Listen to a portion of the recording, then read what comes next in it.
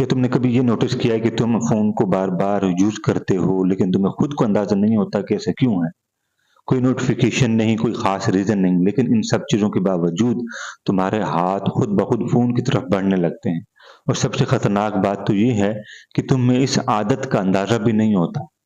और अगर तुम इस कैफ़ियत में हो, तो ये तुम्हारे लिए एक साइन है कि तुम एक इनविज़िबल हैबिट की अलामत का शिकार हो चुके हो। यही वो जगह है जहाँ कुरान हमें असल रास्ता दिखाता है। कुरान की आयत है कि वला तकुन मिनल गाफ़िलीन, जिसका मफ़हूम है कि तुम गाफ़िलों से हरगिज़ ना हो जाना। तुम बैठे हुए हो किसी काम में, लेकिन अचानक तुम्हारे हाथ फ़ोन की तरफ बढ़ते हैं।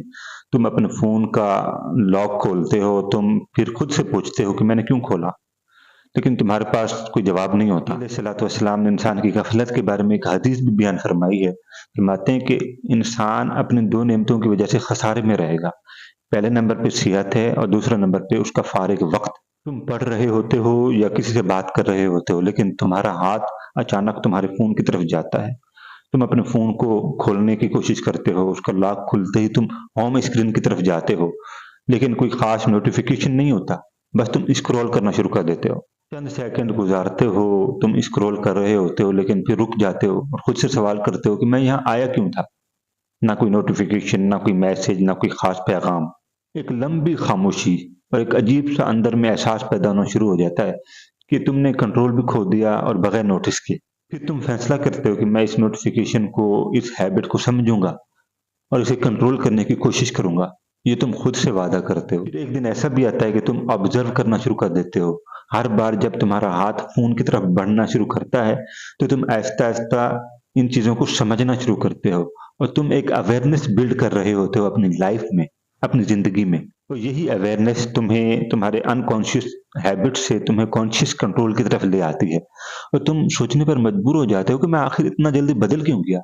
यारो मसला फ़ोन का नहीं था, मसला तुम्हारी बेख़बरी का था। ये हैबिट रैंडम नहीं है, जब भी तुम बोर होते हो या कोई डिप्रेशन, कोई स्ट्रेस फ़ील करते हो, तो तुम्हारा ब्रेन ऑटोमैटिकली एक एस्केप चाहता है और तुम्हारा फ़ोन तुम्हारे लिए एक असिस्टेंस एस्केप का काम करता है और यही वजह है कि तुम्हारे हाथ फ़ोन की तरफ बढ़ना शुरू कर देते हैं क्योंकि तुम्हें फ़ोन में एक एस्केप नज़र आ रहा होता है और कुरान भी हमें ये समझाता है, कुरान की आयत है कि आफ़ा हसिबतुम अन्नमा खलकनाकुम जयन। अब इसका मफ़हूम मैं आपको बता देता हूँ कि क्या तुम ये समझते हो, ये गुमान करते हो कि हमने तुम्हें बेमकसद पैदा किया? बेसिकली कुरान हमें ये तंबीह कर रहा है कि इंसानों को किसी मकसद के तहत पैदा किया गया है और हदीस शरीफ भी है कि जिसका मफ़हूम है कि इंसान बेफ़ायदा और बेमकसद चीज़ों को छोड़ दे, इसी में उसकी भलाई है। और मौला अली क्या फ़रमाते हैं? मौला अली फ़रमाते हैं कि जो इंसान अपने वक़्त को ज़ाया कर देता है, अपने लम्हों को ज़ाया कर देता है, वो हकीकत में अपनी ज़िंदगी को ज़ाया कर देता है। अब बेसिकली ये रिवायात, ये कौल इस बात की अलामत है कि हमारी ज़िंदगी और हमारा वक़्त बहुत कीमती है। असल मसला फ़ोन का इस्तेमाल नहीं है, बल्कि असल मसला ये है कि तुम अपनी ज़िंदगी के एम्प्टी मोमेंट को बर्दाश्त नहीं कर पा रहे। सोचो नबी अलैहिस्सलातु वस्सलाम की ज़िंदगी में भी एम्प्टी मोमेंट आते थे। आप सल्लल्लाहु अलैहि वसल्लम की ज़िंदगी में भी खाली लम्हात आते थे, लेकिन आप सल्लल्लाहु अलैहि वसल्लम ने उन एम्प्टी मोमेंट को रिफ्लेक्शन में तब्दील किया, ना कि डिस्ट्रैक्शन में। तो हमें भी यही करना चाहिए। तुम वाक़ई में इतना बोर हो या अपनी ज़िंदगी से भाग रहे हो? अब सवाल ये नहीं है कि तुम फ़ोन क्यों इस्तेमाल करते हो? सवाल तो ये है कि अब इस इस्तेमाल को रोका कैसे जाए, जो हमारी ज़िंदगी के कीमती लम्हात को बर्बाद कर रहा है। उसके लिए 5 असूल हैं जिस पर आपको अमल करना होगा। पहले नंबर पे हर बार फ़ोन को इस्तेमाल करने से पहले ये रीज़न पूछो कि तुम फ़ोन को इस्तेमाल क्यों करना चाहते हो? दूसरा जो असूल है वो ये है कि अननेसेसरी अनलॉक को हमेशा के लिए अवॉइड करें। ये 2 असूल आपकी ज़िंदगी के कीमती लम्हात को बचाते भी हैं और आपको आगे बढ़ने में मदद देते हैं। तीसरे नंबर पे जो असूल है वो ये है कि बोरियत को टॉलरेंस करना सीखो। ये वो असूल है कि मेरे ख़्याल में इसका जो फ़न है वो हर बंदे के पास होता है।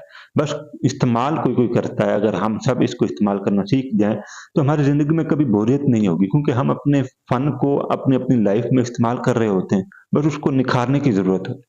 चौथे नंबर पे आप अपनी विज़न को, अपनी सोच को पॉज़िटिव रखें कि आप क्या सोचकर इस ज़िंदगी में आगे बढ़ने की कोशिश कर रहे हैं। ये आपकी हेल्प करेंगे कि आप कब, क्या और कैसे कदम उठाएँ। और आखिरी जो असूल है वो ये है कि रियल लाइफ़ एंगेजमेंट को बढ़ाओ। और मौला अली भी फरमाते हैं कि अक्लमंद तुम में से वो ही है جو اپنے نفس کو، اپنی خواہشات کو اپنے قابو میں رکھتا ہے۔ تو ہم میں سے کتنے وہ لوگ ہیں جو اپنی خواہشات کو اور اپنے نفس کو اپنی ذات تک محدود رکھتے ہیں، لیکن ہم تو سب کو بتاتے ہیں۔ ایک شخص کا واقعہ ہے جو اسی ٹاپک کے حوالے سے ہے کہ وہ ہر وقت فون کو استعمال کرتا تھا، یہاں تک کہ وہ کھانے کے دوران بھی، سفر کے دوران بھی اپنے موبائل کو یوز کرتا رہتا تھا۔ اس کا جو ڈس ایڈوانٹیج، اس کو نقصان ہوا، وہ یہ تھا کہ وہ اپنے نجی معاملات سے، اپنی ذاتی اور حقیقی زندگی سے دور ہو گیا اور وہ فیلئر کا سامنا کرنے لگا کیونکہ وہ ڈیجیٹل دنیا کا شکار ہو چکا تھا۔ پھر اسے یہ ریئلائز ہوا کہ میں تو کسی غلط راستے پر ہوں۔ پھر اس نے ایک اسپیسیفک ٹائم بنایا موبائل کو استعمال کرنے کا۔